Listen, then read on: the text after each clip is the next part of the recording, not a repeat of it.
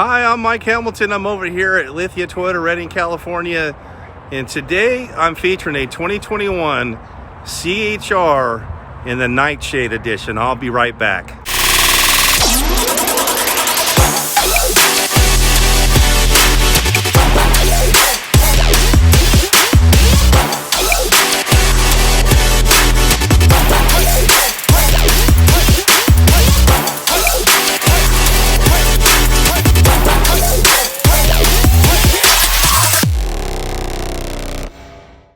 All right, I'm back. So let's go over to the front end. This is built off the Toyota new global architecture. Coming up to this front here, we have these LED tri-headlights. LED accent strips are on this here. And then we have our honeycomb grille underneath. And then in the middle is our Toyota logo. Behind that Toyota logo is a radar system that it has our Toyota Safety Sense 2.5. So this has adaptive cruise control, a lane departure detection with steer assist, and a lane trace are available through this system here. And coming up to the top, we have our camera systems and another radar systems to complete all that Toyota Safety Sense. It'll pick up the pedestrians, trace the lines on the road for you when you're in cruise control, and does lane departure with steer assist, and then smart stop to speeds of 110 miles an hour. The vehicle will go into a brake mode and slow down by 30 miles an hour if it feels you're going to collide with another vehicle. It sees pedestrians and does the same up to speeds of 50 miles an hour, and it'll slow down by 30 miles an hour night and day, which is a nice feature. And it also sees cyclists during the day. And here's a look at the engine. This vehicle has a 4-cylinder 2.0 liter engine. It makes 144 horsepower at 6,100 RPMs. And I know that sounds not much comparable to today's cars. It isn't, but the first V8 Ford only made about 60 horsepower when that first came out for the Model A there back in the early 30s. Also, it has 139 foot-pounds, maxes out at that at 3,900 RPM, so it's got a little bit more low-end torque. And it's made it to a continuous variable transmission with overdrive. Coming over on the side here, we have 18-inch black painted Nightshade rims on Dunlop tires. So that's an inch bigger than the base model of this vehicle. They have a 17-inch rim. We have our turn signal indicators here. So you could, when merging in, you'll have your turn signals on the mirrors, which is much more safe. And then come in here, because I've had a lot of people comment on other Nightshades that it's not black, it's not a Nightshade. Right here it says Nightshade. Now Nightshades come in multiple colors nowadays, so not just are they in black, you could get them in gray and white, and then there's several different models that Toyota has, like 5 or 6 now, that do the Nightshade. So this is known as Supersonic Red, and then they always come two-tone with the on top we have the black roof on this one here. And then this is also a proximity key or a smart key, and you could, this is the key here. It'll say CHR on the back. If I want to lock the door, all I do is put my fingers on these 2 notches, and it locks the door. Also, to make note, the mirrors fold up, so it has power folding mirrors, which are pretty cool. And if I want to open the door, all I need to do is put my fingers on the door, my hand on the door, and it opens up. This car has 4-wheel disc brakes all the way around. Top to bottom, the vehicle is 61.6 inches tall. It has its fuel tank on the driver's side where the fuel door is at. It has a 13.2 gallon tank, and it has 27 miles EPA estimate, 27 miles city, 31 highway, and 29 combined. Estimated range city is 356 miles, highway is 409 miles. Here in the back, this is a hatchback. So we're going to see with the Nightshade package here, it's going to get black badging. So the CHR badge and the Toyota badge is in black. Our rear camera is in the back there. And on top here, we have our shark fin that does our XM radio, our Toyota Safety Connect as part of that. Stolen vehicle locator is all part of this here. Waiting for the new buyer, we have all-weather floor mats and an all-weather cargo liner. It also goes up the backrest here to protect that for the second row. This has 19.1 cubic feet of storage, and then if we fold down our two back seats there, 60-40 split, there will be a total of 37 cubic feet of storage available for storing cargo or stowing cargo when you need it. Although this is a four-door vehicle, Toyota purposely put these handles again. You'll see these black accented handles to go along with that Nightshade package again. So that's part of that, being that Nightshade, getting that black accents. But if you notice, I come over here to the passenger door in the back, we don't have a handle in the same place. The handle's kind of hidden. It's up on top. And the reason why is Toyota wanted to make this look like it was a two-door hatch, although it is a true four-door hatch. And then coming into the seats, we have not a lot for the rear passengers here, a place to sit. There is no armrest. There's a cup holder here in the door for each passenger. It can support 5 passengers, it looks like. So yes, we have a middle seat, but again, there's not a lot of amenities in here, air vents or anything like that, or more cup holders. These seats fold down real simple, and then that's how you're going to get that big 60-40 split, so you could do the extra storage when you need it and get a decent amount of cargo room when you're storing larger things and bringing things home. Something that's on pretty much every Toyota now is these air diffusers here. Helps, there's one up there, and you'll find 2 in the back, and that helps scrub off the bad air, clean up the air, and defuse it to give the handling a little nicer handle, and also give it a little better fuel mileage. All right, coming into the driver's door here, let me show you how the Toyota's put some of these materials together. So they put a little bit of that synthetic Softex leather here, still hard plastics. You have your power windows, power mirrors, power locks here. And also we have this button here is our auto folding mirrors, which is strange that they put it in this vehicle and not more expensive vehicles that have this feature, but it is in this vehicle. And then coming over to the dash here, not a lot of buttons here. We have our fill door release, and then our auto dimming high beam or automatic high beams are on here. Again, they're putting soft touch on the dashboard here, and do a little bit of that on the steering wheel, so it's leather wrapped, give it a little bit more of a fit and finish. I really like the shift knob on this. This is pretty cool, this nickel polished shift knob. The way they put these polished plastics black along with the other colors and things to make this really look a little bit more luxurious and not just a super basic vehicle. And this is a push start that we have here. So all I have to do is put my foot on the brake, push the start button. And then on the driver's information center, it's going to welcome me. So this screen in front of the driver is known as the driver's information center. And this is going to give the driver a variety of things about the vehicle. Right now we have it what's known as its eco screen. So it's got a 11.9 miles fuel average because it's not been really driven at all. It's got 10 miles on it. And then we have the range to empty, and then we have our eco indicator here, and then our digital speedometer along with our analog speedometer and tachometer, of course fuel gauge and temperature gauge are analog here. And then on top we'll have our time, which is not correct, and then the outside temperature, beautiful day today. And then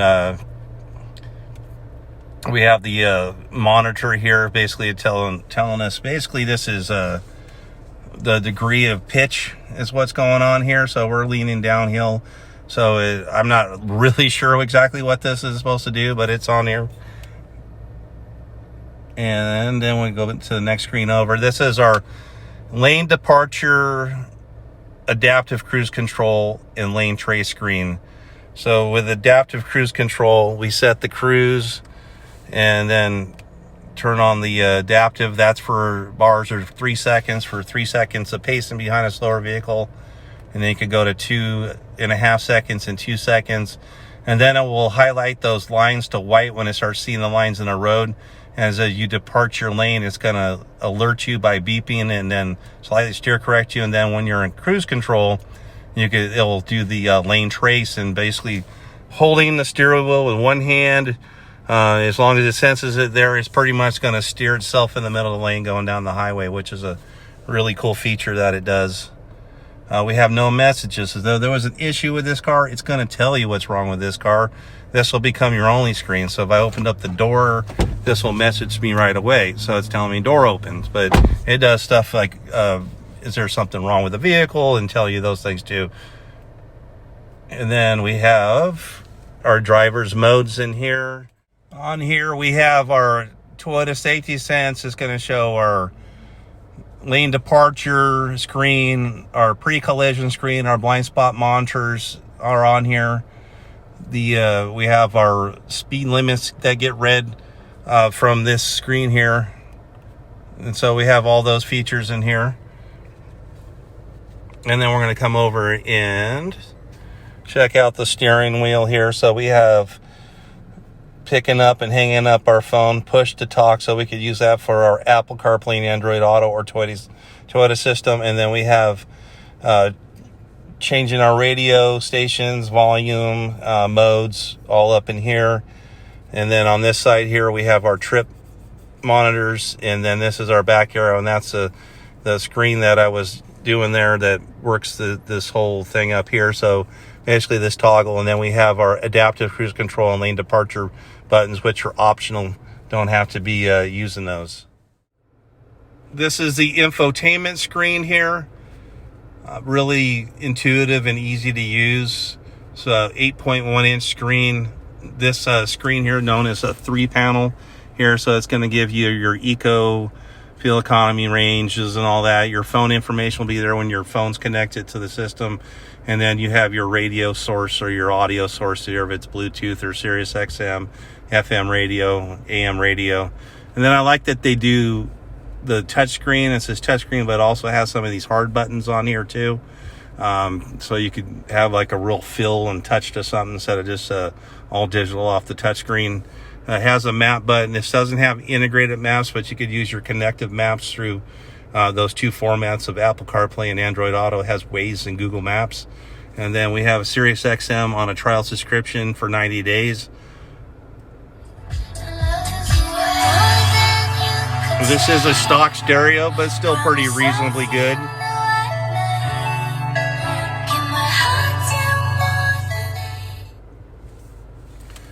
And coming into the menu here, when we're doing our Apple CarPlay and Android Auto, there's a project button. That's where it ports itself into this screen here, and then you have all your setup and things that are available through here. Coming down below, easy air controls here. Very simple stuff. I mean, we have our front defrost, rear defrost, heated mirrors. We have auto, which is going to turn everything to full blast. We have our inside outside air. We have dual climate control in this, which is pretty cool. So kind of a base model, but still having dual climate's typically been an upper level for Toyota, but we have that available to this vehicle, AC on. And then we're just trying to get the best fuel economy. We have an eco heat and cool. I mean, it saves you about a mile or two a gallon at the best. Then down below here, we have cup holders, place to put our cell phones, and our primary USB port here for porting in that Apple CarPlay Android Auto. Again, I really like this gear shifter. This is a CVT transmission, but it like mimics having like 6 gears, so you can sequentially shift it in like 6 different speeds. Parking emergency brake is pretty cool. So every time you don't need to set the emergency brake, it just kind of sets itself once it's in park. So if I put it in reverse, it's going to give me our backup camera, and then it takes the emergency brake off. And then again, you do the same thing for drive. Putting it back on, you'll see that red light turn back on. So it's just reset the emergency brake. And we have a brake hold button here. So as I would call that like a hill start assist. What that button does is basically once you have that set and you come to complete stop, it will tell you that it's brake hold on the dash there in front of the driver, and you can let go of the brake and the car will not move, especially on a big steep hill like in San Francisco. That would be good for not rolling backwards, as if you even on an automatic with those hills, you could start rolling backwards before the vehicle gets gas and starts going forward. This will eliminate that. Up here on the top, we have a basic mirror. This isn't a auto dimming. It doesn't have garage door memory sets. And then above here, dome lights and basic reading lights. This is the yellow incandescents. They're not the LED lights that are going in some of the more higher levels of the vehicle. And then we do have a special button here. This has the SOS button, which is very similar to OnStar. So you have emergency services if you're in an accident where airbags will deploy or have deployed. It alerts the call center. The call center will be calling you to ask if you need assistance. They'll be able to know your GPS coordinates and how fast you were going at the time of the accident to help emergency responders with information. If you're in an emergency, you could push the button. Also for trial services, it has roadside assistance. It has other things like some of them will have. I'm not sure this one does, but it probably does. It has an app that allows you to start the vehicle in 10-minute cycles, roll up your windows, check your fuel levels, and turn on and off your climate control. You just need to set your temperature so you can heat up or cool down your vehicle. This should be all available in this model here. All right, so I'm going to go over some of the warranties and then the crash testing results from Highway Safety Institute, I believe. So warranty, 3 years, 36,000 miles is your comprehensive. That's bumper to bumper except for wear and tear items.